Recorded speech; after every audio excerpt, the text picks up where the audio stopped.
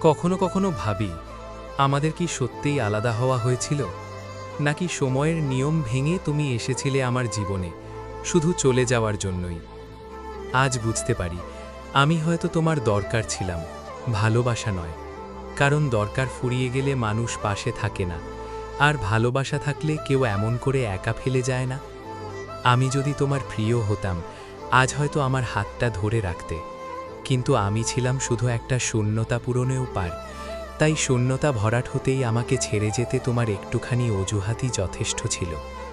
আমি তোমাকে চেয়েছিলাম প্রাণ দিয়ে, আর তুমি সেই চাওয়াটাকেই এত সহজে ভেঙে দিলে। এখনও অবাক হয়ে ভাবি, তুমি কি কখনো সত্যিই আমাকে ভালোবেসেছিলে, নাকি ভালোবাসার নামে কিছু নিখুঁত অভিনয় করেছিলে।